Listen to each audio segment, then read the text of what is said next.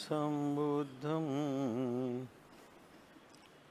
शुद्धं सिद्धं मतं गुरुं ज्योतिरूपं महादेवं लोकालोकप्रकाशकं गतरागद्वेषमोहा सर्वपापविवर्जिता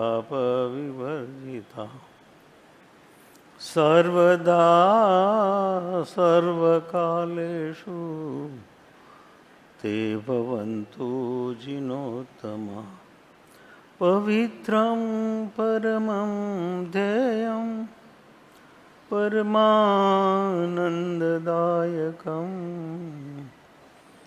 भुक्तिमुक्तिप्रदं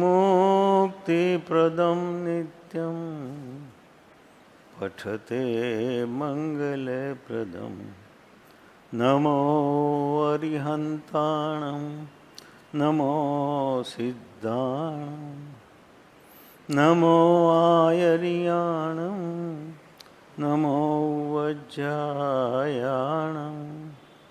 नमो लोये सवसाहुणम् ऐसो पंचनमुकारो सर्वपावपणासनो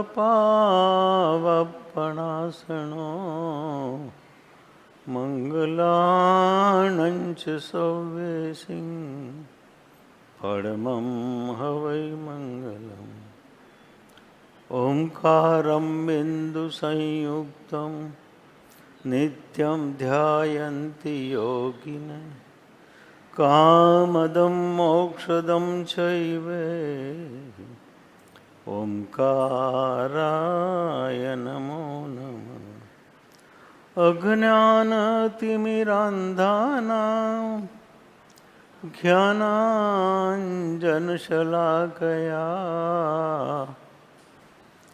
नेत्रमुन्मीलितं येन तस्मै श्री गुरुवे। જ્ઞાનીની જીવનચર્યા અથવા અંતિમચર્યા સમજવા માટે જ્ઞાન જોઈશે. અંદરમાં તથા પ્રકારનું જ્ઞાન નહીં હોય તો જ્ઞાનીને સમજી નહીં શકાય. જ્ઞાનીને સમજવા માટે એક વિશિષ્ટ અવસ્થા જોઈશે. જ્ઞાનીને આટલા બધા પરિબળો વચ્ચે પણ જાગૃત રાખનારું પરિબળ કયું છે? સમાજના, સંજોગના, વ્યવસ્થાના, વિષયોના, વિકારોના, ભાવનાઓના, ચિંતનોના, જ્ઞાનના આટલા પરિબળ વચ્ચે પણ એમને ભિન્ન રાખનારું પરિબળ કયું છે? અને એ પરિબળ આત્મજ્ઞાન છે. આત્મજ્ઞાનનું સામર્થ્ય છે, આત્મજ્ઞાનની શક્તિ છે, આત્મજ્ઞાનની વિભાવના છે, આત્મજ્ઞાનનું પોતાનું બળ છે. પ્રચંડ ઉદયો વેદાતા હોય છતાં જ્ઞાનીને સ્પર્શ ન કરે એ આત્મજ્ઞાનનું બળ છે. પ્રચંડ ઉદયો વેદાતા હોય છતાં પોતાના અંતરમાં સ્પર્શ ન કરે આત્મજ્ઞાનનું બળ છે. આત્મજ્ઞાનના બળ સિવાય આ ક્ષમતા આવી શકતી નથી. ચિંતનના બળે આવેલી ક્ષમતા લાંબી ટકતી નથી. જ્યાં સુધી વિચારનું બળ છે ત્યાં સુધી ટકી શકાય, પણ વિચારનું બળ તૂટતાની સાથે જ આંતરિક બળ તૂટી જાય છે. એટલે જીવ ખેંચાઈ જાય છે. આપણે કહીએ છીએ ને, ક્રોધ નહોતો કરવો ન થઈ ગયો, અહંકાર નહોતો કરવો ન થઈ ગયો. તો અહંકાર કર્યો ત્યારે આપણે ક્યાં હતા? અને અહંકાર નહોતો કરવો ત્યારે આપણે ક્યાં હતા? એ વખતે આપણે તો હાજર હતા, પણ કયું પરિબળ હતું કે જેનાથી આ થઈ ગયું? આત્મજ્ઞાનનું પરિબળ નહોતું માટે થઈ ગયું. કારણ કે આત્મજ્ઞાનના પરિબળ વિના કશાયનું મૂળ છેદી શકાતું નથી. આત્મજ્ઞાનના અનુભવ વિના કશાયનું બળ છેદી શકાતું નથી.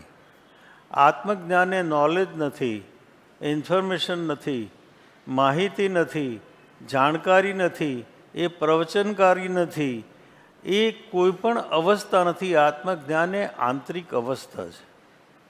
અને આંતરિક અવસ્થામાં એવો બોધ પ્રગટ થાય છે કે જે બોધ જીવને અન્યથી જુદો પાડે છે, પદાર્થોથી, પરિસ્થિતિથી, ઘટનાથી, સંયોગથી જુદો પાડે છે. એ બોધ જ્યાં સુધી પ્રગટ નહીં થાય ત્યાં સુધી જીવનમાં સમાધાન આવી શકતું નથી. તો જીવનમાં એ બોધ પ્રગટવો જોઈએ. એ બોધ પ્રગટાવવા માટે પ્રયત્ન કરવો જોઈએ. એ બોધ નહીં પ્રગટે ત્યાં સુધી જ્ઞાન નહીં પ્રગટે, અને જ્ઞાન નહીં પ્રગટે ત્યાં સુધી વિષયોને વિકારો ખેંચ્યા વગર નહીં રહે. પરાણે રોકેલા વિષયોને વિકારો વૈચારિક બળ સુધી જ રોકાય છે. વિચારનું બળ તૂટતાની સાથે જીવ પૂરી તાકાતથી વિષયોને વિકારો તરફ દોડી જાય છે. વૈચારિક બળથી જે રોકેલા વિષયો છે એ જ્યારે વિચારનું બળ તૂટે છે ત્યારે જીવ પૂરી તાકાતથી વિષયોને વિકારો તરફ દોડી જાય છે. કારણ કે એને આંતરિક અવસ્થામાંથી રોક્યું નથી, પણ માત્ર વિચારના બળે રોક્યું છે. અને વિચારનું બળ તૂટી જાય છે ત્યારે એનું ધીરજ, એનું અંતર તૂટી જાય છે. અને અંતર તૂટી જાય છે એટલે વિષયો તરફ ખેંચાઈ જાય છે. તો જ્ઞાની પુરુષને આ પરિબળ છે. આત્મજ્ઞાન એ બહુ મોટું પરિબળ છે. આત્મજ્ઞાન એ બહુ દિવ્ય પરિબળ છે. એ પ્રગટ થયા પછી વિષયોને, વિકારોને રોકવા પડતા નથી, પણ એ રોકાઈ જાય છે. રોકવા પડે ત્યાં પ્રયત્ન છે, અને જ્યાં રોકાઈ જાય ત્યાં અવસ્થા છે.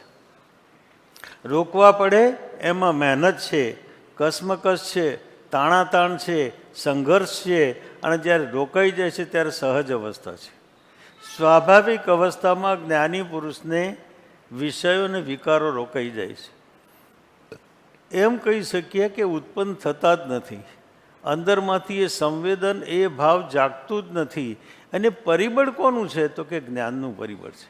જ્ઞાન એટલે નોલેજ નહીં, ઇન્ફોર્મેશન નહીં, પણ પરિણત જ્ઞાન, અંતર પ્રગટેલું જ્ઞાન, અંતર અવસ્થાનું જ્ઞાન, ચૈતન્યની અનુભૂતિનું જ્ઞાન.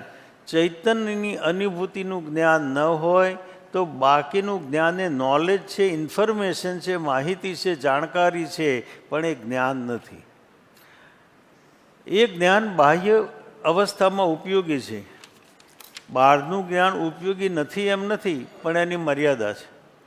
એ ગમે તેટલું ઉપયોગી હોય પણ એની મર્યાદા છે. જ્યારે જ્ઞાનનું જ્ઞાન અંદરમાંથી આવે છે, અને જ્ઞાનનું જ્ઞાન અંતરથી પોતાને જુદા રાખે છે. આપણે વિષયની વિકારોથી જુદા પકડવું હોય ત્યારે વિચારો કરવા પડે છે અને પ્રયત્ન કરવો પડે છે. પણ જ્ઞાનીને જ્ઞાન જ અંદરમાંથી જુદા રાખે છે. એટલે એ ઉદ્ભવવાનો, એ પ્રગટ થવાનો સવાલ અંદરમાં ઉત્પન્ન થતો નથી. તો આ જ્ઞાનનું બળ છે. જ્ઞાનના બળના આધારે જ્યાં સુધી જગતમાં જીવાશે, જ્યારે જ્ઞાનના બળના આધારે જીવાશે ત્યારે અલૌકિક અવસ્થા હશે. અને એ વખતે ગમે તેવી પરિસ્થિતિ હોય, એવું બને કે જીવનમાં ચારે તરફ બહારમાં સંઘર્ષ હોય, ઉપસર્ગોને પરિસહો હોય, સમગ્ર અવસ્થા પોતાની વિરુદ્ધ જતી હોય, અને છતાં અંદરની ખુમારીમાં લેશ પણ વ્યાઘાત ન પહોંચે, એ બળ જ્ઞાનનું છે. આપણે તો એક દિવસ વકરો પણ ઓછો થયો હોય ને તો સાંજે ઘરે માથું પકડીને બેસી જઈએ. એક દિવસ જે કંઈ ઈચ્છેલું હોય એ ન થાય તો પણ આપણી ધીરજ રહી શકતી નથી. જ્ઞાનીને હર અવસ્થામાં અને હર હાલતમાં ધીરજ છે. એ ધીરજ જ્ઞાનમાંથી આવી છે. એટલા માટે કહે છે કે જ્ઞાનીને ક્યાં જોવા જેવા છે, જ્ઞાનીને કઈ અવસ્થામાં ઓળખવા જેવા છે. જ્ઞાનીને ચારે બાજુથી ઘેરાયા હોય, તીવ્ર ઉદયો વેદાતા હોય, જીવનમાં ચારે બાજુ સંઘર્ષો હોય, અને પોતાની અંતરસ્થિતિ સ્થિર રાખીને જ્ઞાની જીવતા હોય, એ અવસ્થામાં જ્ઞાનીને જોવા જેવા છે.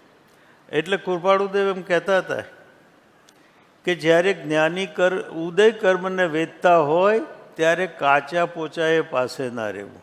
જ્યારે જ્ઞાની ઉદય કર્મને વેચતા હોય ત્યારે કાચા પોચાએ પાસે ન રહેવું. જેને સમજ નથી, જેને વિચાર નથી, એ એમ સમજશે કે જ્ઞાનીને કંઈ સમજણ પડતી નથી, એમને કંઈ ખ્યાલ આવતો નથી, એ ખાલી પસાર થાય છે અથવા સુન્મૂન થયા છે એમ માને છે.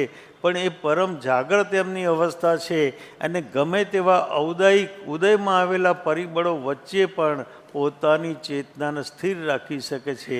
એ જ્ઞાનીના જ્ઞાનનું બળ છે. એ બળ આવ્યા સિવાય સ્થિરતા નહીં આવે.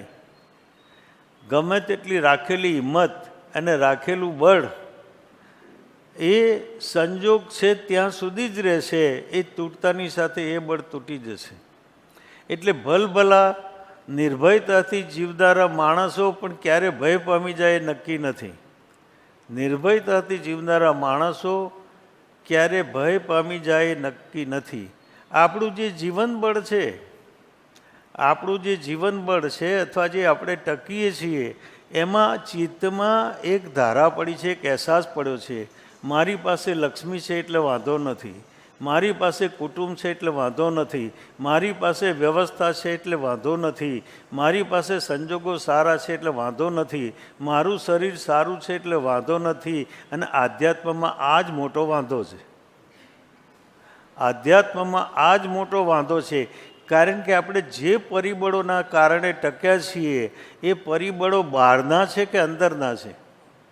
બહારના પરિબળો બદલાશે કે નહીં બદલાય? તો બહારના બદલાતા પરિબળોમાં ટકવાની શક્તિ આપણામાં છે. બહારના બદલાતા પરિબળોને ટકવાની શક્તિ માત્ર આત્મજ્ઞાનમાં છે. આત્મજ્ઞાન નહીં હોય તો બહારના પરિબળો વચ્ચે ટકાશે નહીં અને નિરાશા અને હતાશા ઘેરી વળશે. નિરાશા અને હતાશા ઘેરી વળશે. એટલે મનોવૈજ્ઞાનિકો એમ કહે છે, ફ્રોઈડે એમ કહ્યું કે આ જગતમાં એક પણ માણસ એવો નથી કે જે નિરાશ અને હતાશ ન થયો હોય અને જેને ગાણપણનો એટેક ના આવ્યો, સિઝોફ્રેનિક ન થયો હોય.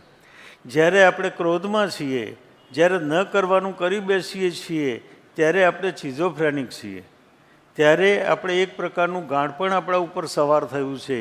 ન કરવાનું કરી બેસીએ છીએ અને પછીના બે જ વિકલ્પ બચે છે, કાં તો એની ક્ષમાપના કરો અને કાં તો પરિણામને ભોગવી લો. કાં તો એની ક્ષમાપના કરો અને કાં તો પરિણામને ભોગવી લો. જ્ઞાની ત્યાં જાગૃત નથી. જ્ઞાની એ દશા શરૂ થતાં પહેલાં જ્ઞાનીમાં જાગૃતિ છે. એટલે એ પરિબળો અંદરમાં સક્રિય થતા નથી, એ પરિબળો એક્ટિવ થતા નથી. એ પરિબળો એક્ટિવ થાય તો કામ કરી શકતા નથી અને જ્ઞાનીને અંદરમાંથી વિચલિત કરી શકતા નથી. એ અર્થમાં ગંગા સતીએ કહ્યું કે મેરુ રે ડગે એના મંદડા ડગે નહીં, ભલે ને ભાંગી પડે બ્રહ્માંડ રે. આખું બ્રહ્માંડ તૂટી પડતું હોય, આખા જગતની વેદના પોતા ઉપર આવી પડી હોય, આખું વિનાશનું દ્રશ્ય પોતાને સામે દેખાતું હોય, પણ જ્ઞાનીના સ્પંદનમાં એક લખ લખું પણ ઉઠતું નથી. કારણ કે જ્ઞાન વચ્ચે આડું ઊભું છે. આત્મજ્ઞાન આત્મ અનુભૂતિ વચ્ચે આડી ઊભી છે. એટલે જ્ઞાનીને વિચલિત કરી શકતી નથી. એટલા માટે આપણે જ્યારે મૃત્યુનો સમય આવે છે ત્યારે ભયભીત થઈએ છીએ. આમાંય આપણે ભયથી જ જીવીએ છીએ. આમ પણ આપણે ભયથી જ જીવીએ છીએ. આમ થશે તો, આમ થશે તો, આમ થશે તો. એનો અર્થ એ જ છે કે અંદર કાલ્પનિક ભય તો બેઠેલો જ છે અને વાસ્તવિક ભય પણ અંદરમાં બેઠેલો છે. આ ભય આત્મજ્ઞાન સિવાય દૂર થઈ શકતો નથી. એટલે જ્ઞાનીને મૃત્યુનો પણ ભય નથી, જ્ઞાનીને મૃત્યુનો ડર નથી. કબ મરશ્યા કબ ભેટશ્યા પૂરમન પરમાનંદ.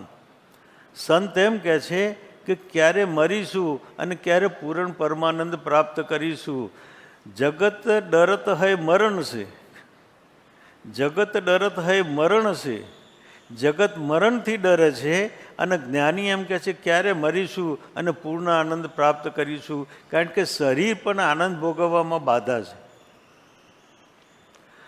એટલે અજ્ઞાનીને મરણનો તીવ્ર ભય છે, જ્ઞાનીને બિલકુલ ભય નથી. એટલે જેમ સાપ કાંચળી ઉતારે એમ જ્ઞાની પોતાનો દેહ છોડી શકે છે. આજે કૃપાળુ દેવનો દેહોત્સર્ગ છે. દેહોત્સર્ગ છે. દેહનો ઉત્સર્ગ થયો નથી, એમને કર્યો છે. બસ હવે દેહની જરૂર નથી. પ્રાપ્ત કરવાનું પ્રાપ્ત કરી લીધું. પ્રાપ્ત કરવાનું પ્રાપ્ત કરી લીધું. બસ વાત પૂરી થઈ ગઈ. અને એ પોતે પૂર્ણ પરમાનંદ પ્રાપ્ત કરવા માટે આગળની યાત્રામાં ચાલી નીકળે છે. અને એ વખતે પણ જ્ઞાન જાગ્રત છે. જ્ઞાનીનું જ્ઞાન હર અવસ્થામાં, હર સંજોગોમાં, હર ઘટનામાં, હર વ્યવસ્થામાં એ જાગ્રત હોય છે. એટલે જ્ઞાની ક્યારે પણ વિચલિત થતા નથી. જ્ઞાની વિચલિત થતા નથી એટલે એમનામાં એક સ્થિર સ્વભાવ, સ્થિર ભાવ ઉત્પન્ન થાય છે. એટલે નિરંતર એ સ્થિર ભાવમાં જીવે છે. એ જ્ઞાનીની પોતાની કળા છે. એ જ્ઞાનીની પોતાની કળા છે. એ જ્ઞાન કળા અંદરમાં જ્યારે પ્રગટ થાય છે ત્યારે વિશિષ્ટ અવસ્થા અંતરમાં પ્રાપ્ત થાય છે.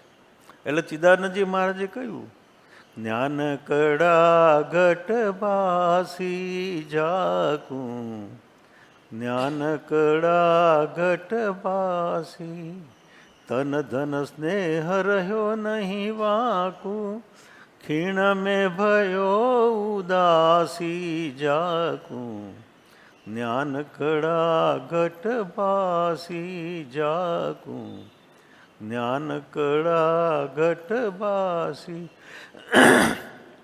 જ્ઞાન એ કળા છે, એક ટેકનિક છે, એક અવસ્થા છે. એ જ્યારે અંદરમાં પ્રગટ થાય છે ત્યારે જીવનના તમામ દ્વંદ્વો શમી જાય છે. જીવનના તમામ દ્વંદ્વો શમી જાય છે. આપણે આમ પણ દ્વંદ્વમાં જ જીવીએ છીએ. કારણ કે અંદર ચેતના ગુણો તરફ ખેંચે છે અને વૃત્તિઓ દોષો તરફ ખેંચે છે. આપણા બેમાં ખેંચાણ જ ચાલે છે. આપણા જીવનમાં જે કંઈ સમસ્યા છે એ સંઘર્ષની સમસ્યા છે. અને સંઘર્ષ બહારમાં નથી પણ પોતાના જીવનમાં જ છે. કારણ કે ચેતના પોતાના ગુણો તરફ ખેંચે છે અને વૃત્તિઓ દોષો તરફ ખેંચે છે. અને આ ગુણ અને દોષનો સંઘર્ષ પોતાના ચિત્તમાં ચાલ્યા કરે છે. અને સંઘર્ષના કારણે જે અવસ્થા ઉત્પન્ન થાય છે એને કહેવાય વિકલ્પ. એ સંઘર્ષના કારણે ચિત્તમાં જે સ્થિતિ ઉત્પન્ન થાય છે એને કહેવાય વિકલ્પ. આપણે જોયું છે કે વિકલ્પ શેના કારણે આવે છે? વસ્તુ, વ્યક્તિ, સંજોગ અથવા ઘટનાના કારણે વિકલ્પ આવે છે. એનું કારણ એટલા માટે છે કે આપણી બાહ્ય દ્રષ્ટિ છે. જ્ઞાનીને એટલા માટે વિકલ્પ નથી કે જ્ઞાનીની અંતરદ્રષ્ટિ છે. અંતરદ્રષ્ટિમાં સન્નાટો છે અને બહારની દ્રષ્ટિમાં વિકલ્પ સિવાય બીજું કંઈ છે નહીં. તો આવા જ્ઞાની જ્યારે પોતાનો દેહ છોડે છે એ મૃત્યુ નથી પામતા પણ દેહોત્સર્ગ કરે છે. એટલે દેહને પોતે છોડે છે અને પોતે જાગ્રત અવસ્થામાં દેહને છૂટતો જુએ છે. એ જુએ છે, એનો અનુભવ કરે છે. સોક્રેટિસને મૃત્યુદંડની સજા થઈ છે અને ઝેર આપીને મારવાની સજા થઈ છે. અને સોક્રેટિસને વિકલ્પ આપ્યો કે તમે આ દેશ છોડીને ચાલ્યા જાઓ. સોક્રેટિસ કહે છે હું આ દેશ છોડીને ચાલ્યો જઉં એટલે પછી મારે મરવાનું ખરા? કે મરવાનું તો આવશે જ પણ થોડો ટાઈમ મળશે. તો કે એવા જીવનની મારે શું જરૂર છે જો મરવાનું જ હોય તો કે તમે એક કામ કરો, તમે જેના વિશે બોલ કરો છો, બોલો છો એ બંધ કરી દો, તમારો ઉપદેશ બંધ કરી દો. પણ કહે છે એ કેવી રીતે કરું? મારા જીવનમાં જે અનુભવ્યું છે, જે સત્યનો મને અનુભવ થયો છે એ હું લોકોને વહેંચું નહીં તો હું કરું છું. મારે લોકોને વહેંચવું જોઈએ. કે ત્રીજો વિકલ્પ એ છે કે ઝેર ખાઈને મરવાનો છે. તો કે એના માટે તો હું તૈયાર છું, મને મરવાની કોઈ ચિંતા નથી. આગલા દિવસે ત્યાં એવો નિયમ હતો કે આગલા દિવસે બધા બંધનો, બધી બેડીઓ છોડી નાખ્યા. અમને બેડીઓમાં નાખ્યા છે અને બેડીઓના કારણે પગમાં ને હાથમાં સોજા આવી ગયા છે. અને બેડી છોડી નાખી અને શિષ્યો મળવા આવે છે અને રડે છે કે આવતીકાલે આપણને આપને ઝેર આપવાનું છે. કે રડો છો શું કરવા? રડો છો શું કરવા? જુઓ, આજે તો હું બેડીથી મુક્ત છું, હું સ્વતંત્ર છું, હું બોલી શકું છું, તમારી સાથે વાત કરી શકું છું. તમે પ્રશ્ન હોય તો મને પૂછો, તમારે કંઈ જાણવું હોય તો જાણી લો. આજમાં તો હું સ્વસ્થ છું, આજનો વિચાર કરો, કાલની વાત કાલે જોઈશું. આજનો તમે વિચાર કરો, તમે શું કરવા રડો છો, શું કરવા દુઃખી થાવ છો. આટલી સ્વસ્થતા આપણા જીવનમાં ખરી? બીજા દિવસે ઝેર આપવાનું નક્કી થયું છે, એટલે એને આપવાવાળો ઝેર ઘૂંટી રહ્યો છે, ઝેરને તૈયાર કરી રહ્યો છે. એ વારે ઘડીએ એની પાસે જાય છે, બાજુની જ રૂમ હતી, એની પાસે જાય છે ને કહે છે, ઝેર તૈયાર થયું, ઝેર તૈયાર થયું. અરે કે સાહેબ, હું એટલા માટે ઝેર ધીરે ધીરે ઘૂંટું છું કે એટલો વખત આપણને આયુષ્ય મળે, આપણને લાઈફ મળે. પણ કે ના, એમ નહીં, મેં જીવનનો તો અનુભવ કર્યો, હવે ઝેરનો પણ અનુભવ કરવો છે. મેં જીવનનો તો અનુભવ કર્યો, હવે ઝેરનો પણ અનુભવ કરવો છે. આટલી બધી સ્વસ્થતા. અને શિષ્યોને કહે છે કે કાલે તમે, હું ઝેરનો અનુભવ કરવાનો છું, તમને હું કહીશ કે કેવો અનુભવ થાય છે. અને બીજા દિવસે ઝેર આપવામાં આવે છે. ઝેર આપવામાં આવે છે અને સોક્રેટિસ એમ કહે છે કે જુઓ, મને ઝેર આપવામાં આવ્યું છે, હજુ હું બોલી શકું છું, કંઈ પ્રશ્ન પૂછવા છે તમારે? કંઈ પ્રશ્ન, કંઈ મૂંઝવણ છે તમને? શિષ્યો તો કંઈ બોલતા નથી. પણ સોક્રેટિસ કહે છે, જુઓ, પગમાં ઝેર ચડી રહ્યું છે, હવે મારા પગ ખોટા થઈ રહ્યા છે. હું અનુભવ કરી રહ્યો છું કે મારા પગ ખોટા થઈ રહ્યા, જૂઠ્ઠા થઈ રહ્યા છે. અંદર સેન્સેશન, સંવેદન રહ્યું નથી, અને ધીરે ધીરે એ ઉપર ચડી રહ્યું છે. જુઓ, હવે મારા હાથ જૂઠા થઈ રહ્યા છે. જુઓ, હવે એ ઝેર ઉપર ચડી રહ્યું છે, અને હવે થોડો જ સમય છે, થોડા જ સમય પછી મારી જીભ કામ નહીં કરે, હું બોલી શકીશ નહીં. હજુ પણ પ્રશ્ન હોય તો તમે પૂછી લો, હજુ પણ પ્રશ્ન હોય ને કંઈ જાણવાનું રહી ગયું હોય તો તમે પૂછી લો, પછી હું કહી શકીશ નહીં. આવી જાગૃતિ કોના બળે આવતી હશે? આત્મજ્ઞાન સિવાય આવી જાગૃતિ, વિચારના બળે આવી જાગૃતિ આવી છે કે ખરા? આત્મજ્ઞાનના બળ સિવાય આવી જાગૃતિ આવી શકતી નથી. આ આત્મજ્ઞાનનું બળ છે, આત્મજ્ઞાનનું બળ છે. કૃપાળુ દેવને કેટલાક દિવસ પહેલાં ખ્યાલ આવ્યો છે કે આવા દેહ ટકવાનો નથી. એમના જ્ઞાનમાં તો હતું, કારણ કે આવા ક્ષાયિક સંકિતવાળા પુરુષ અને પોતાનું ભવિષ્ય એમની નજર આગળ ન જોતા હોય એ બનવું સંભવ નથી. એમને બધું જ જણાય છે, બધું જ દેખાય છે, બધું જ સ્પષ્ટ છે. એ જોઈ રહ્યા છે કે આ દેહ છૂટવાનો છે, અને એ દેહ છૂટવાનો હોવા છતાં પણ અંદરમાં કોઈ પણ પ્રકારની વ્યથા નથી, વેદના નથી, માત્ર આનંદ છે, માત્ર આનંદ છે. આ જ્ઞાનના બળ સિવાય આ સ્થિતિ જીવનમાં આવી શકતી નથી. એ અંતિમ ચર્યામાં કૃપાળુદેવ કેટલીક વાતો કરે છે. પોતાના અંતિમ ચરણમાં કૃપાળુદેવ કેટલીક વાતો કરે છે જે ઉપદેશ રૂપ પણ છે, જાણવા રૂપ પણ છે, અને જીવવા રૂપ પણ છે. ત્રણ અવસ્થામાં, ત્રણ રીતે એ કામ કરે એવી વાતો કૃપાળુદેવ અંતિમ ચરણમાં જે એમને કહેવું છે એ કહી રહ્યા છે. એ સાંકેતિક ભાષા છે, કહે છે કોકને, પણ આખા જગતને જણાવે છે. કૃપાળુદેવ લખે છે કે પુષ્પથી કોમળ એવા અલૌકિક પુરુષોના અંતઃકરણને સમજવા કોણ સમર્થ છે? એમનું અંતઃકરણ પુષ્પથી પણ કોમળ થયું છે. કોમળ એટલે સંવેદનશીલ, કોમળ એટલે ભાવનાત્મક. એમનું અંતઃકરણ એટલું બધું ભાવનાત્મક થયું છે કે સામેની વ્યક્તિ જો કઠોર ભાવવાળી હોય, કઠોર હૃદયવાળી હોય, તો એમની વાત ક્યારે પણ સમજવા સમર્થ બની શકશે નહીં.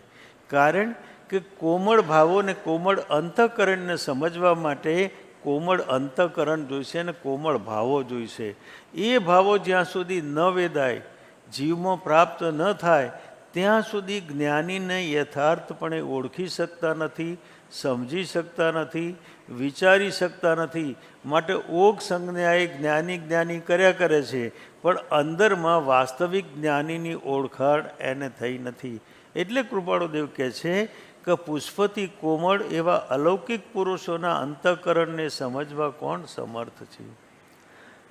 શુક્લ અંતઃકરણ વિના મારા કથનને કોણ દાદ આપશે? શુક્લ અંતઃકરણ વિના મારા કથનને કોણ દાદ આપશે? શુક્લ અંતઃકરણ એટલે કોમળ અંતઃકરણ, પવિત્ર અંતઃકરણ, વિષય અને વિકારો વગરનું અંતઃકરણ. આવું અંતઃકરણ જેને પ્રાપ્ત થાય છે એ જ્ઞાની પુરુષને જાણી શકે છે, એમની અવસ્થા જાણી શકે છે અને અંદરમાં દેહ ત્યાગ વખતની સ્થિતિ પણ જાણી શકે છે. આવું જેનું અંતઃકરણ હોય એ એમના અંતઃકરણને જાણી શકે છે અને દેહ ત્યાગ વખતની આંતરિક સ્થિતિ પણ અંદરમાં જાણી શકે છે. કૃપાળુદેવ કહે છે, જ્ઞાનીના વચનોની પરીક્ષા સર્વજીવને સુલભ હોત તો નિર્વાણ પણ સુલભ હોત. પહેલાં કોમા અંતઃકરણની વાત કરી અને પછી એમ કહ્યું કે જ્ઞાનીના વચનોની પરીક્ષા સર્વજીવને સુલભ હોત. જ્ઞાનીના વચનો એ અનુભવમાંથી આવેલા વચનો છે, એ શાસ્ત્રના વચનો નથી, સિદ્ધાંતોના વચનો નથી, એ અનુભવમાંથી આવેલી ધારા છે. એટલે જેમને પ્રત્યક્ષ ચેતનાના પ્રદેશોને સ્પર્શ કરીને જે ધારા અંદરમાંથી પસાર થાય છે એ જ્ઞાનીની ધારા છે. અને આવા જ્ઞાનીના વચનોની પરીક્ષા સર્વજીવને સુલભ હોત. એટલે સર્વજીવને સુલભ હોતી નથી. સર્વજીવ આ વચનોની પરીક્ષા કરી શકતા નથી. માત્ર આપણે વચનોને ગોખે જઈએ છીએ પણ વચનોને આંતરિક અવસ્થા સાથે તાલમેલ મેળવતા નથી. અને વચનોનો જ્યાં સુધી આંતરિક અવસ્થા સાથે તાલમેલ ન મળે ત્યાં સુધી જ્ઞાની સાથે ટ્યુનિંગ નહીં થાય, લયબદ્ધતા નહીં થાય, તાલબદ્ધતા નહીં થાય, જ્ઞાની સાથે જોડાણ નહીં થાય. જ્ઞાનીના હૃદયને પોતાના હૃદય સાથે જોડવું હશે તો એને લયબદ્ધ બનાવવું પડશે, તાલબદ્ધ બનાવવું પડશે અને એ રિસેપ્ટાઇલ બનાવવું પડશે. એ વચનોને ઝીલી શકે એવું હૃદય બનાવવું પડે. એટલે સુકોમળ હૃદય પોતાનું બનાવવું પડશે. એટલે કહ્યું કે જ્ઞાનીના વચનોની પરીક્ષા સર્વજીવને સુલભ હોત તો નિર્વાણ પણ સુલભ હોત, તો મોક્ષ પણ સુલભ હોત. તો એ જ્ઞાનીના એક વચનમાં અનંત શાસ્ત્રો સમાયા છે. એક વચન જ્ઞાનીનું અનંત શાસ્ત્રોના અર્ક રૂપે છે. એ વચનને લઈને જે શાસ્ત્રના વચનથી સ્રષ્ટા સુધીની યાત્રા કરી શકે છે એ જ્ઞાનીને ઓળખી શકે છે અને એને મોક્ષ સુલભ છે, એને નિર્વાણ સુલભ છે, એને સમાધિ મરણ સુલભ છે. પણ એ અવસ્થા અંદરમાં પ્રાપ્ત કરવી પડશે. વરી કૃપાળુદેવ લખે છે, ચરમ શરીરીપણું જાણીએ કે આ કાળમાં નથી. ચરમ શરીરીપણું એટલે સંપૂર્ણ વિતરાગતા માનો કે આ કાળમાં નથી. આ ભરત ક્ષેત્રમાં અત્યારે 10 ઉચ્છેદ થયા છે. એમાં એક ઉચ્છેદ એ છે કે વિતરાગતા આ કાળમાં પ્રાપ્ત થઈ શકતી નથી. કંઈ નહીં, તો એ મર્યાદા છે તો ભલે રહી. તથાપી કૃપાળુ કહે છે, તથાપી અશરીરી ભાવે આત્મસ્થિતિ છે અને અશરીરી ભાવ આ કાળને વિશે નથી એમ અત્રે કહીએ તો આ કાળમાં અમે પોતે નથી. પોતાનું પ્રમાણ આપ્યું છે, અંદરમાં પોતાનું પ્રમાણ આપ્યું છે કે અમે શરીરમાં હોવા છતાં શરીરથી મુક્ત છીએ. અશરીરી ભાવ, શરીર તો છે પણ અંદર ભાવ સૃષ્ટિમાં અશરીરી ભાવ છે એટલે વિતરાગતાનો ભાવ છે. અંદરમાં વિતરાગતાનો ભાવ છે અને બહારમાં શરીર છે. તો અશરીરી ભાવ તો આ કાળને વિશે છે કારણ કે એનું પ્રમાણ અમે છીએ. અમે કોઈ બીજા પ્રમાણો આપતા નથી, ભૂતકાળના પ્રમાણો આપતા નથી, ભવિષ્યકાળમાં આવનારા પ્રમાણો આપતા નથી. પણ એનું પ્રમાણ અમે અત્યારે સ્પષ્ટ છીએ સામે. તો એ ભાવ વિકસિત કરવામાં વાંધો શું છે? એ ભાવ પ્રગટાવવામાં વાંધો શું છે? તો આ કાળમાં અમે પોતે નથી એમ કહેવા તુલ્ય છે. એ વિશે શું કહીએ? આ કાળમાં અમે પોતે નથી. જો તમે અમારા અશરીરી ભાવને સ્વીકાર ન કરતા હોય તો આ કાળમાં અમે નથી. કારણ કે દેહ છતાં જેની દશા વર્તે દેહાતીત. દેહ છે પણ દેહની પેલી પાર છે. ભાવાત્મક ભૂમિકા દેહની પહેલી પાર છે, વિચારની ભૂમિકા દેહની પહેલી પાર છે, ચિંતનની ભૂમિકા દેહની પહેલી પાર છે, જ્ઞાનની ભૂમિકા દેહની પહેલી પાર છે, અને આંતરિક અવસ્થા પણ દેહની પહેલી પાર છે. દેહ રહે કે જાય એમના માટે બહુ મહત્ત્વનું નથી, કારણ કે દેહમાં જે સિદ્ધ કરવાનું હતું, જે પ્રાપ્ત કરવાનું હતું એ પ્રાપ્ત થઈ ચૂક્યું છે. હવે નવું કંઈ પ્રાપ્ત કરવાનું રહ્યું નથી, એવી સ્થિતિ એમને વર્તે છે. એટલે એમ કહે છે કે આ કાળમાં અમે પોતે નથી એમ કહેવા તુલ્ય છે. વિશેષ શું કહીએ, વિશેષ શું કહીએ? કારણ કે જેના કઠોર અંતઃકરણ છે અમારી વાત માનશે ખરા? અમારી વાત માનવા માટે પણ કોમળ અંતઃકરણ જોઈશે. આપણે તો તરત તર્ક ઉત્પન્ન કરીએ છીએ. એની ખાતરી શું કે એમને અશરીરી ભાવ છે? લ્યો વાત કરો. હવે આને ખાતરી જોઈએ છે. અરૂપીની ખાતરી હોય, નમૂના રૂપીના હોય કે અરૂપીના હોય? નમૂના કોના હોય? રૂપીના હોય.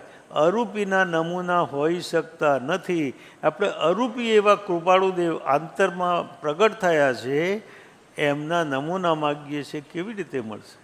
કેવી રીતે મળશે? આ આપણી બુદ્ધિની, આ આપણી ક્ષુદ્ર બુદ્ધિની ક્ષુદ્રતા છે કે આપણે અરૂપીના પણ નમૂના માગી રહ્યા છીએ, ને તે પણ જ્ઞાની પુરુષ પાસે. તો એમ કહેવા તુલ્ય છે. વિશેષ શું કહીએ? એને કૃપાળુ દેવ આત્મવિશ્વાસથી કહે છે, અંતરની અવસ્થાપૂર્વક કહે છે, દ્રઢ વિશ્વાસ રાખજો, દ્રઢ વિશ્વાસ રાખજો. આ ને વ્યવહારનું બંધન ઉદયકાળમાં ન હોત તો તમને અને બીજા કેટલાક મનુષ્યોને અપૂર્વ હિતનો આપનાર થાત. આ એટલે પોતે શ્રીમદજી, આ એટલે પોતાનો દેહ બતાવીને કહે છે, પોતાને બતાવીને કહે છે કે દ્રઢ વિશ્વાસ રાખજો કે આ એટલે શ્રીમદને વ્યવહારનું બંધન ઉદયકાળમાં ન હોત. આજે વ્યવહાર જે સંસાર એમનો દેખાય છે એ વાસ્તવિક સંસાર નથી, એ કર્મકૃત અવસ્થા છે. કર્મકૃત અવસ્થા છે, એ વાસ્તવિક એમનો ઉદયકાળ નથી. ઉદયકાળ એને કહેવાય કે આત્મજ્ઞાન થયા પછી આત્મામાં જીવ પરિણામ પામ્યો છે, અને એ અવસ્થામાં જે કર્મોને વેદ છે એને કહેવાય ઉદયકાળ. આપણે તો ગમે તેવા કર્મોને એમ કહે છે કે અમારો ઉદયકાળ એવો છે. અજ્ઞાનમાં તો જીવો છો ને ઉદયકાળની વાત કરો છો? અજ્ઞાનમાં તો જીવીએ છીએ અને આપણે ઉદયકાળની વાત કરીએ છીએ. ઉદયકાળ તો જ્ઞાનીને હોય. જ્ઞાનીને અંદરમાં જ્ઞાન દશા છે, અંદરમાં વિતરાગ ભાવ પ્રગટ થયો છે, અને પૂર્વકર્મના અનુબંધના કારણે અંદરમાં એમને કેટલીક પરિસ્થિતિમાંથી પસાર થવું પડશે. ઉદયકાળ છે, એ ઉદયકાળ છે. વિતરાગ થયા પછી પણ કર્મનો ઉદયકાળ ભોગવવો પડશે. વિતરાગ થયા પછી પણ કર્મનો ઉદયકાળ ભોગવવો પડશે. એટલા માટે તો તીર્થંકરોને કેવળ જ્ઞાન, સર્વજ્ઞપણું અને વિતરાગતા આવ્યા પછી પણ આ જગતમાં રહેવું પડે છે.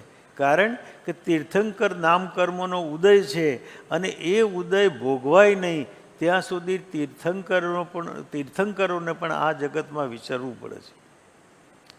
ઉદયકાળ શબ્દ તો આત્મજ્ઞાન પછીનો શબ્દ છે, એ વ્યવહારનો શબ્દ નથી.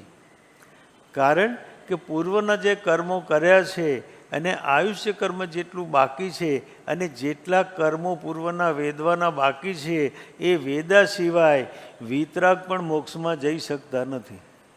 ત્યાં સુધી એમને દેહમાં રહેવું પડે, એ દેહનો ત્યાગ કરી શકતા નથી. તો અહીં કહે છે દ્રઢ વિશ્વાસ રાખજો કે આ એટલે શ્રીમદને વ્યવહારનું બંધન ઉદયકાળમાં ન હોત તો તમને અને બીજા કેટલાક મનુષ્યોને અપૂર્વ હિતનો આપનાર થાત. અપૂર્વ હિત થાત એમ નથી, એટલે ઘણા જીવો પામત, ઘણા જીવો સન્મુખ થાત, અને ઘણા જીવોના જીવનમાં કલ્યાણનું કારણ બનત. એમની અંતર વેદન છે, અંતરનો ભાવ છે, અંદરમાં જગતના કલ્યાણની ખેવના છે, અને બહારમાં જીવન ટૂંકું છે. અંદરમાં જગતના કલ્યાણની ખેવના છે, અને બહારમાં જીવન ટૂંકું છે. પ્રવૃત્તિ માટે અક્ષમતા નથી. કૃપાળુદેવ લખે છે કે અમારે ઉદયકાળ ભોગવવું પડે એટલે અસમતા નથી, અમને અધીરય નથી, અમે તો સમત્વમાંથી પસાર થઈ રહ્યા છીએ. ઉદયકાળ હોય તો પણ ભલે અને ન હોય તો પણ ભલે, અમારી તો અંદરમાં સમસ્થિતિ છે, અમારી તો બિલકુલ શાંત સ્થિતિ છે. ઉદયકાળનું કામ કરે છે અને અમે અમારું કામ કર્યા કરીએ છીએ. પ્રવૃત્તિ માટે અસમતા નથી, પરંતુ નિવૃત્તિ હોત, પરંતુ એમ વિચાર રહે છે, એમ વિચાર રહ્યા કરે છે કે જો નિવૃત્તિ હોત, પ્રવૃત્તિ એટલા માટે કરવી પડે છે કે ઘર ગૃહસ્થી છે, સંસાર છે, અને એટલે સંસારની પ્રવૃત્તિ છે અને સંસારનું દાયિત્વ છે. એટલે બે પ્રકારના કર્મ છે, એક કર્તવ્ય કર્મ અને બીજું કર્તૃત્વ કર્મ. કર્તૃત્વ કર્મની પાછળ અહંકાર ઊભો છે, હું કરું છું એ ભાવ ઊભો છે, હું કરીશ એવો ભાવ ઊભો છે અને મારાથી થાય એવો ભાવ ઊભો છે. પણ કર્તવ્ય કર્મની પાછળ પોતાના અંતરમાં અનુભૂતિ છે, પણ ઉદયમાં આવેલા અવસ્થામાંથી, બંધનોમાંથી પોતાને પસાર થવું પડશે અને એ પસાર થવાની કળા જે જ્ઞાનીએ આત્મસાત કરી છે એને કહેવાય કર્તવ્ય કર્મ. આખા ગીતાનો ઉપદેશ એ છે, ગીતાનો ઉપદેશ એ છે, કર્તવ્ય કર્મનો ઉપદેશ છે. ભગવાન કૃષ્ણ અર્જુનને એમ કહે છે કે તે જે મરણ ધર્મ છે એ મર્યા વગર રહેવાના નથી. એ તારાથી નહીં મરે તો બીજાથી મરશે, કારણ કે મરણને સન્મુખ થયેલા છે. તું માત્ર નિમિત્ત છો, પણ તું પોતાને કારણ માનીને જીવે છે. એ તારી ભૂલ છે, તારું અજ્ઞાન છે, અને આ અજ્ઞાન ત્યારે સુધારવું પડશે, એમાંથી બહાર નીકળવું પડશે. અર્જુનને આટલી વાત સમજાવવા માટે 700 શ્લોકો ગીતામાં લખવા પડ્યા. રણક્ષેત્રની વચ્ચે, યુદ્ધ ક્ષેત્રની વચ્ચે ભગવાન કૃષ્ણને 700 શ્લોકો કહેવા પડ્યા. પણ અંતિમ ચરણમાં જ્યારે એને દિવ્ય અવસ્થાના, દિવ્ય રૂપના દર્શન કરાવ્યા ત્યારે જ અર્જુન સમજ્યો, ત્યાં સુધી સમજ્યો નહીં. અને જ્યારે સમજ્યો ત્યારે એક ધારા આવી. એ ધારા એ આવી, નષ્ટો મોહો સ્મૃતિ લબ્ધા ત્વત્પ્રસાદાત મયાચ્યુત સ્થિતોમી ગત સંદેહ કરીશ્યે વચનમ તવે. નષ્ટો મોહો, મારો મોહ નષ્ટ થયો. સ્મૃતિ લબ્ધવા એટલે આત્મતત્વનો બોધ મને પ્રાપ્ત થયો, પણ મારા બળથી નહીં, મારા પોતાના કારણ નહીં. ત્વત્પ્રસાદાત મયાચ્યુત, હે અચ્યુત, હે કેશવ, તારા પ્રસાદથી થયું. મારી શક્તિ નથી, મારું સામર્થ્ય નથી, હું કંઈ કરી શકું એમ નથી. આ પરમ શરણાગત ભાવ છે, પરમ શરણાગત ભાવ છે. આ તારા અનુગ્રહથી, તારી કૃપાથી થયું છે, મારી શક્તિથી થયું નથી. ત્વત પ્રસાદાત મયાચ્યુત, શું થયું? સ્થિતોમી, હું જ્ઞાન ભાવમાં સ્થિર થયો. ગત સંદેહ, મારા બધા જ સંદેહ વિલીન થઈ ગયા. હવે હું ઉપકરણ બની ગયો, હવે હું સાધન બની ગયો. અને સાધન બની ગયો એટલે તમે કહો એમ હું કરવા તૈયાર છું. તમે કહો યુદ્ધ કર તો હું યુદ્ધ કરવા તૈયાર છું. તમે કહો સંન્યાસ લે તો સંન્યાસ લેવા તૈયાર છું. તમે કહો મારો વધ કરવો છે તો વધ થવા તૈયાર છું. તમે જે કંઈ કહો એ હું કરવા તૈયાર છું. કારણ કે મારા મન, વચન ને કાયાના સમગ્ર યોગ આપના ચરણમાં સમર્પિત કર્યા છે. આને કહેવાય આજ્ઞા ભક્તિ. હવે કરીશ એ વચનમ તવે, હવે હું તમારા વચનો પ્રમાણે કરીશ. હવે મારું વચન નથી, આ સ્વચ્છંદ મતના આગ્રહ અહીં તૂટ્યો છે. સ્વચ્છંદ મત અને કૃપાળુદેવ જે સ્વચ્છંદ મત અને આગ્રહ તૂટવાની વાત કરે છે આ છે. આ તૂટ્યા પછી જે અવસ્થા આવે છે એ શરણાગત ભાવ આવે. શરણાગત ભાવ આવ્યા પછી તથાતા ભાવ આવે. તથાતા ભાવ આવ્યા પછી સમર્પણ ભાવ આવે. સમર્પણ ભાવ આવ્યા પછી ચરણોપાસના ભાવ આવે. અને ચરણોપાસના ભાવ આવ્યા પછી આજ્ઞા પાલન આવે. ત્યાં સુધી આજ્ઞા પાલન ભાવ આવતો નથી. આવું આજ્ઞાપાલન, એક આજ્ઞાપાલન પ્રેમમાંથી આવે છે અને બીજું આજ્ઞાપાલન મજબૂરીમાંથી આવે છે. મજબૂરીમાં પણ આજ્ઞાપાલન થાય છે, કારણ કે આપણા નોકર છે અને એને આપણે કહીએ કરવું પડે મજબૂરી છે. પણ એક અવસ્થા પ્રેમમાંથી આવે છે. પ્રેમમાંથી જે આજ્ઞાપાલન આવે છે એ અંદરની દિવ્ય અવસ્થામાંથી આવેલું આજ્ઞાપાલન છે. આજ્ઞાપાલન છે એટલે આજ્ઞાપાલન આજ્ઞાપાલનની આપણે વાતો કરીએ છીએ, પણ અંદરમાં અવસ્થા આવ્યા પછી આજ્ઞાપાલન આવે. તો પહેલાં અવસ્થા લાવવી પડે, પછી પાલન આવે. આજ્ઞાપાલન એ જમાદારી નથી કે ગમે તેના ઉપર દંડો લઈને ઊભા થઈ જાઓ અને એમ કહો કે આજ્ઞાપાલન કરો, એવી વાત નથી. આજ્ઞાપાલન પૂરા પ્રેમમાંથી આવે છે અને પૂરી અનુભૂતિમાંથી આવ્યું હોય એ જ સાચું આજ્ઞાપાલન કહેવાય.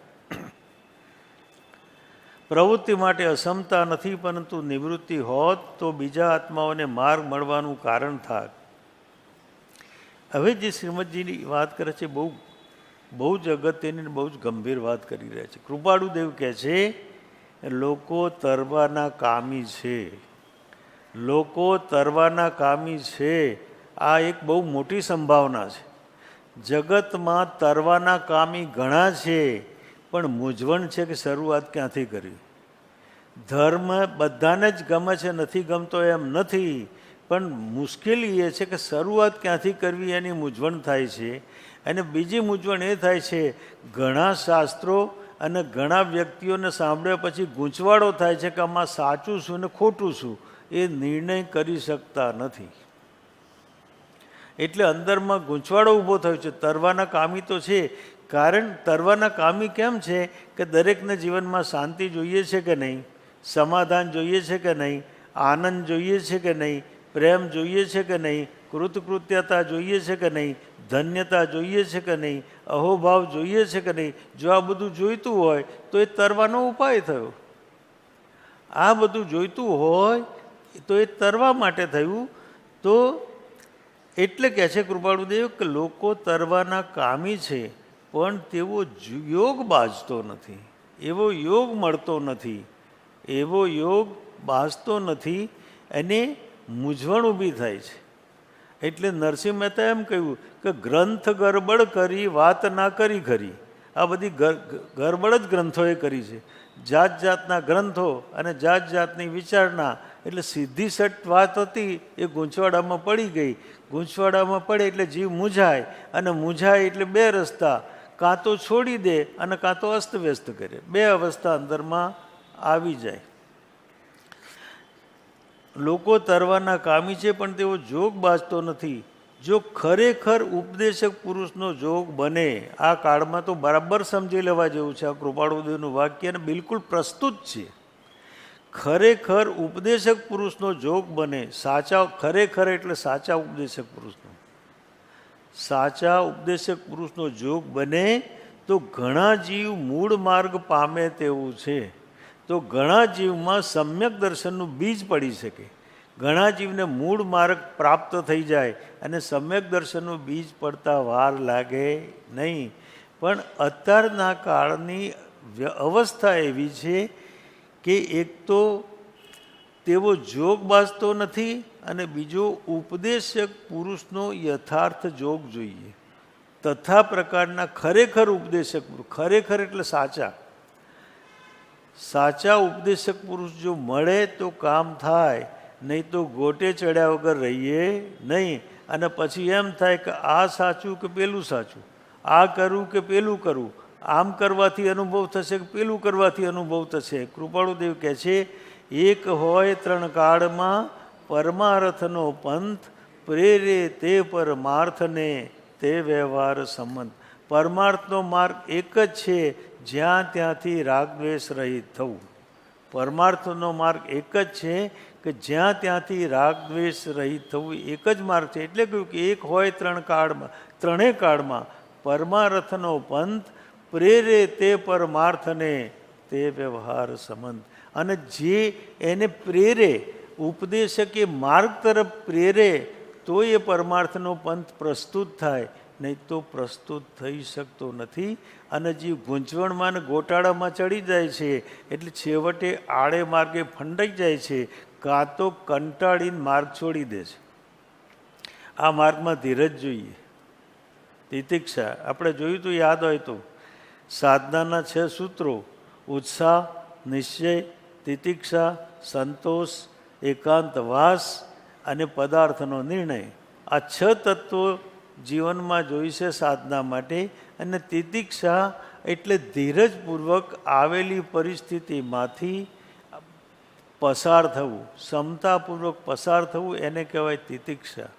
આજે સાધના શરૂ કરીને કાલે અનુભવ થાય એવું નહીં થાય, કારણ કે અનુભવ થતાં થોડો સમય લાગશે, કારણ કે અનંતકાળના સંસ્કાર જે પડ્યા છે અંદર એને કાઢતા સમય લાગે છે, એટલે એટલી રાહ જોવી પડશે. તો એમ કે છે, લોકો તરવાના કામી છે પણ તેઓ યોગ બાજતો નથી. જો ખરેખર ઉપદેશક પુરુષનો જોગ બાજે તો ઘણા જીવ મૂળ માર્ગને પામે તેવું છે. હજુ કૃપાળુદેવ આગળ વાત કરે છે. આ અંતિમ ચર્યા છે, અંતિમ દિવસોની વાત છે. આ કૃપાળુદેવની વ્યથા પણ છે, વેદના પણ છે અને કરુણા પણ છે. વ્યથા પણ છે, વેદના પણ છે અને કરુણા પણ છે. આ કૃપાળુદેવની એકલાની જ નહીં, પણ જે મહાપુરુષો થઈ ગયા એમની દરેક વખતે આ અવસ્થા હોય છે. કારણ કે આપણે મહાપુરુષોને જીવતા પૂજ્યા નથી, એમની પાવડી પૂજીએ છીએ, એમના પગલાં પૂજીએ છીએ, એમના મૂર્તિ પૂજીએ છીએ, પણ એમને જીવતા પૂજતા નથી.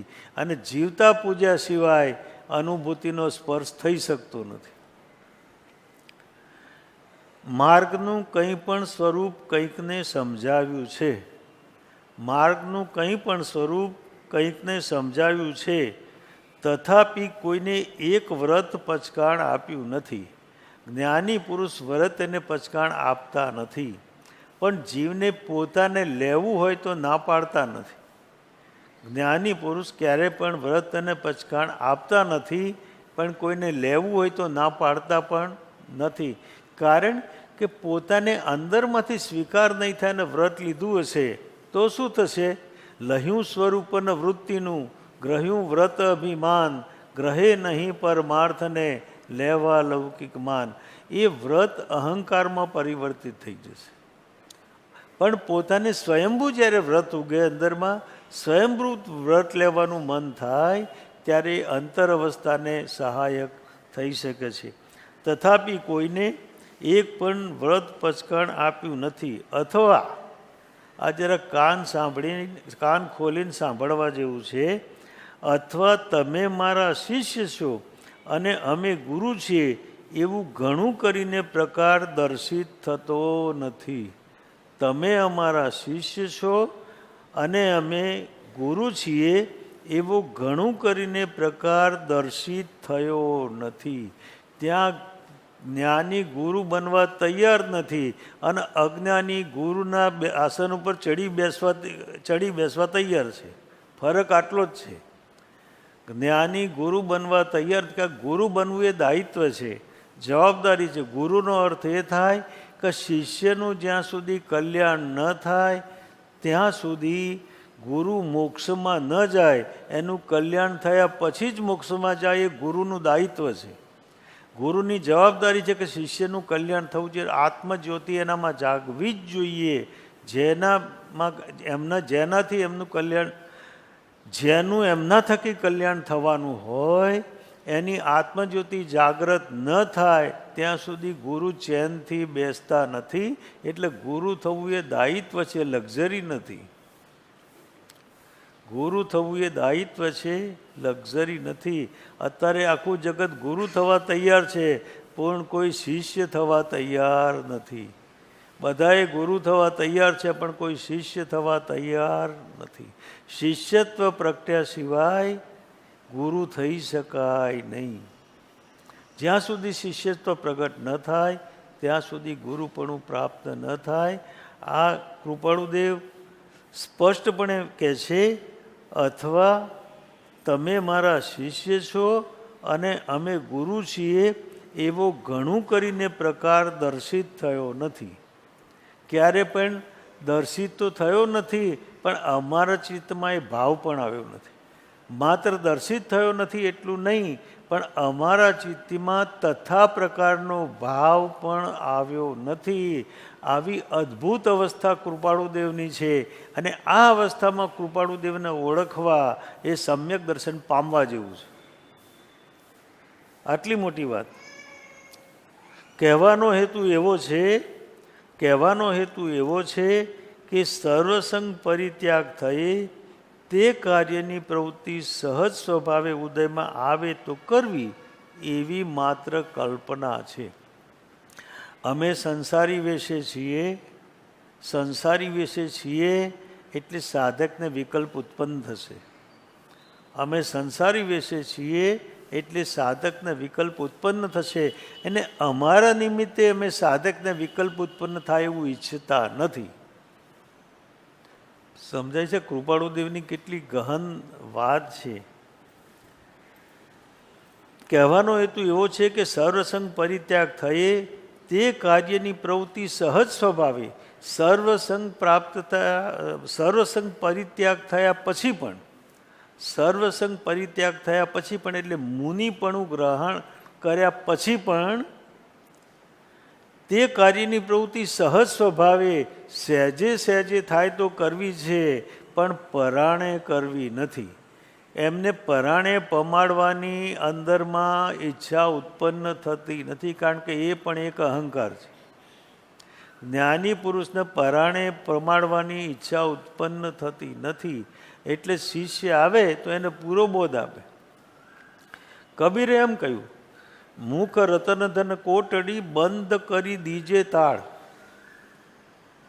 ગ્રાહક આયે તો ખોલીએ દીજીએ વચન રસાળ. એમ કે છે કે આ મુખ છે ને એ રત્નોની કોટડી છે, એને બંધ કરીને તાળું મારી દેવું. ગ્રાહક આવે તો જ બોલવું, બાકી બોલવા જેવું નથી. ગમે તેને આધ્યાત્મનો બોધ પરિણામ પામતો નથી, પણ વિપરિણામ પામશે. જેમ કે ઘીથી શરીર પુષ્ટ થાય, સારું થાય, શક્તિ મળે, બાંધો મજબૂત થાય, પણ માદાને વાડકી ભરીને ઘી પીવડાવ્યું તો ઉપર પહોંચી જાય. એટલે જેનામાં લાયકાત છે એને ઘી પરિણામ પામે છે, જેનામાં પચાવવાની લાયકાત નથી એને ઘી પરિણામ પામતું નથી. એમ જે જીવમાં લાયકાત છે એમાં બોધ પરિણામ પામે છે, લાયકાત નથી એ જીવમાં બોધ પરિણામ પામતો નથી. એટલે સહજ સ્વભાવે કહ્યું. સહજ સ્વભાવનો અર્થ એ છે કે કોઈ પણ જાતની અપેક્ષા, આકાંક્ષા, ગણતરી, આયોજન, પ્રયોજન વગર સાધક અથવા મુમુક્ષુ સામે આવ્યો હોય તો કરુણા બુદ્ધિથી સહજ રીતે જે કંઈ કહેવાય તે કહેવું અને બોધ આપવો, એનું નામ સહજ સ્વભાવ. આવા સહજ સ્વભાવે ઉદયમાં આવે, અને ઉદયમાં આવે તો કરવી. અંદરમાંથી બોલવાનો ભાવ આવે. ઉદયમાં આવે એટલે અંદરમાંથી બોલવાનો ભાવ આવે. જ્ઞાની પણ ભાવ આવ્યા વગર બોલતા નથી. તો અંદરમાં એવો ભાવ આવે તો બોલવું, બાકી બોલવાની ઈચ્છા, ઘણું કરીને બોલવાની ઈચ્છા થતી નથી. સહજ સ્વભાવે ઉદયમાં આવે તો કરવી, એવી માત્ર કલ્પના છે. અત્યારે એવો વિચાર છે કે જો સર્વસંગ પરિત્યાગ થાય તો આ કાર્યની, એટલે આધ્યાત્મના પ્રચાર પ્રસારના કાર્યની સહજ સ્વભાવે ઉદયમાં આવે તો કરવી, અને ન થાય તો પણ વાંધો નથી. જ્ઞાની કોઈને પરાણે પમાડવા માટે જતા નથી, પણ જે પામવા આવ્યો છે એને પમાડ્યા વગર રહેતા નથી. આ જ્ઞાનીની કળા છે, આ જ્ઞાનીની અવસ્થા છે.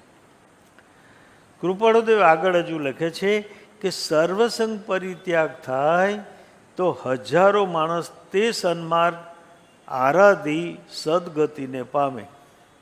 જો કૃપાળુદેવને આંતરિક વેદન છે, એમ અવસ્થા નથી, એમને સંસાર છૂટી શકવાનો નથી, કારણ કે નિકાચિત કર્મ છે અને પૂર્ણપણે ઉદયમાં આવેલું છે, અને એ ખસવાનું જ નથી. પણ એમની ભાવદશામાં વેદન કેવું છે એ સમજવાની જરૂર છે.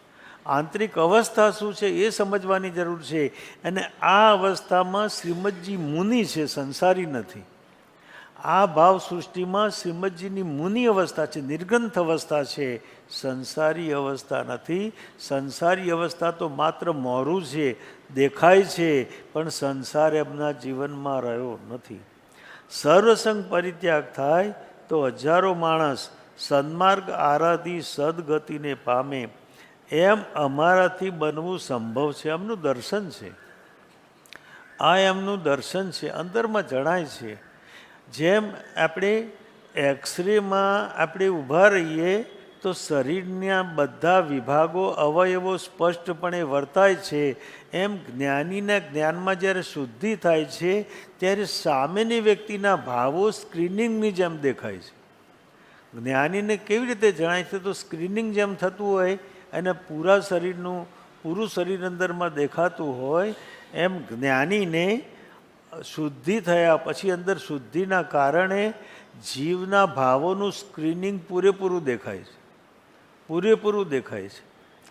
એટલે એમને કહ્યું, તે સન્માર્ગ આરાધી સદગતિને પામે એમ અમારાથી થવું સંભવે છે, છતાં તેની સ્પૃહા નથી. જ્ઞાનીને ઈચ્છા ન હોય એટલે એમને ઈચ્છા નથી. કલ્યાણ થાય તો પણ ભલે અને કલ્યાણ ન થાય તો પણ ભળે. એમને કોઈ આંતરિક ઈચ્છા નથી, પણ થવું સંભવ છે. કારણ કે જ્ઞાની હોય અને એમના આશ્રય આવેલા હોય એનું કલ્યાણ થયા વગર રહે નહીં. છતાં તેની સ્પૃહા નથી. આવી આંતરિક અવસ્થા કૃપાળુ દેવના જીવનમાં પ્રવર્તી રહી છે. આવી આંતરિક અવસ્થા આ દેહ છૂટાના થોડા દિવસ પહેલાંનું અંતિમ ચર્યાનું ચિંતન છે. અંદરની ભાવ સૃષ્ટિમાં આ વેદન થઈ રહ્યું છે. વેદન તો ઘણું થઈ રહ્યું છે, પણ જે શબ્દો બહાર આવ્યા અને જે સૌભાગ્યશાળી સાધકો એમની પાસે હતા એ લોકોએ નોંધ કરી, એ નોંધ છે. આ નોંધમાં એમને આ ભાવ વ્યક્ત કર્યા છે. પણ આ જે ભાવ વ્યક્ત કર્યા છે તો હિમશિલાની ટોચ જેવા છે. અંદરમાં તો ઘણું વેદન છે, અંદરનું ઘણું વેદન છે. કારણ કે ભાવ સૃષ્ટિમાં જે કંઈ ભાવો પ્રગટ થાય છે એ મોટા ભાગના ભાવો કહી શકાતા નથી, પણ માટે સપાટીના ફલક ઉપર થોડાક ભાવો કહી શકાય છે. આપણે આપણા બધા ભાવો ક્યારે પણ અભિવ્યક્ત કરી શકતા નથી. અમારાથી થવું સંભવે છે, છતાં તેની સ્પૃહા નથી. શ્રીમદજી 1956ની સંવતમાં ઈડરથી નરોડા અમદાવાદ આવ્યા. સત્સંગ માટે જંગલમાં જવું તેમ નક્કી થયું મુનિઓ સાથે. મુનિઓ પણ ત્યાં આવ્યા છે અને નક્કી થયું કે સત્સંગ માટે જંગલમાં જવું. અને મુનિઓ ખુલ્લા પગે ચાલતા હતા. મુનિના પગમાં પગરખા તો હોય નહીં, એટલે ખુલ્લા પગે ચાલતા હતા. એટલે એમને મુનિઓને કહ્યું કે મુનિઓના પગ દાઝતા હશે. એમને કહ્યું કે આપના પગ દાઝતા હશે, આ ધોમધકતા તાપમાં આપના પગ બળતા હશે. અને જેવું આ કહ્યું એવા પોતાના પગરખા કાઢી નાખ્યા, પોતાના જૂતા કાઢી નાખ્યા અને ચાલ્યા, ખુલ્લા પગે ચાલ્યા. એમના પગ દાઝી ગયા, એમના પોતાના પગ દાઝી ગયા છે. છતાં જ્યાં સુધી બેઠા અને સત્સંગ કર્યો ત્યાં સુધી પગ તરફ ધ્યાન પણ આપ્યું નથી. પગ લાલચોળ થઈ ગયા છે, પણ એમને પગ તરફ ધ્યાન આપ્યું નથી. એનો અર્થ એ થયો કે એમનો દેહાધ્યાસ અંદરમાંથી બિલકુલ છૂટી ગયો છે. એમનો દેહાધ્યાસ અંદરમાંથી બિલકુલ છૂટી ગયો છે. આ અવસ્થામાં કૃપાળુ દેવને સમજવું બહુ કઠિન છે. એમને માનવા સહેલા છે, પણ એમને સમજવા કઠિન છે. અને સમજવા માટે ગૂઢ ચિંતનમાં દિવસો સુધી ઉતરવું પડશે.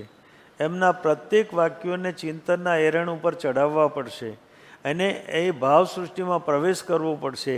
અને પ્રવેશ થયા પછી કૃપાળુદેવની અંતરદશા સમજાશે. ત્યાં સુધી અંતરદશા સમજી શકાતી નથી. એમની અંતિમ ચર્યા હજુ બાકી છે, પણ સમય થયો છે એટલે બપોરના 3 થી 4 છે ને, 3 થી 4માં આગળનો વિચાર કરીશું. બીજી એક વાત એ કરવાની કે આટલા દિવસ દરમિયાન અહીં રોકાવાનું થયું અને જે કંઈ વાત કરવાની થઈ એ તો મારી ક્ષુદ્ર બુદ્ધિથી જેટલું સમજાય, જેટલું હું સમજી શક્યો છું એટલું જ મેં વાત કરી છે. જ્ઞાની પુરુષની પૂરી વાત કહેવી બહુ દુષ્કર છે અને મારી સમજને પણ બહાર છે. એટલે જેટલું કંઈ મારી બુદ્ધિમાં, મારા વિચારમાં, મારા અભિપ્રાયમાં અને મારા ચિંતનમાં આવ્યું એટલું મેં કહ્યું છે. પણ કદાચ એમની પરમાત્માની આજ્ઞા વિરુદ્ધ અથવા કૃપાળુદેવની આજ્ઞા વિરુદ્ધ કંઈ પણ કહેવાયું હોય તો આપ સર્વની સાક્ષી એવું એના મિચ્છામી દુક્કડમ કરું છું.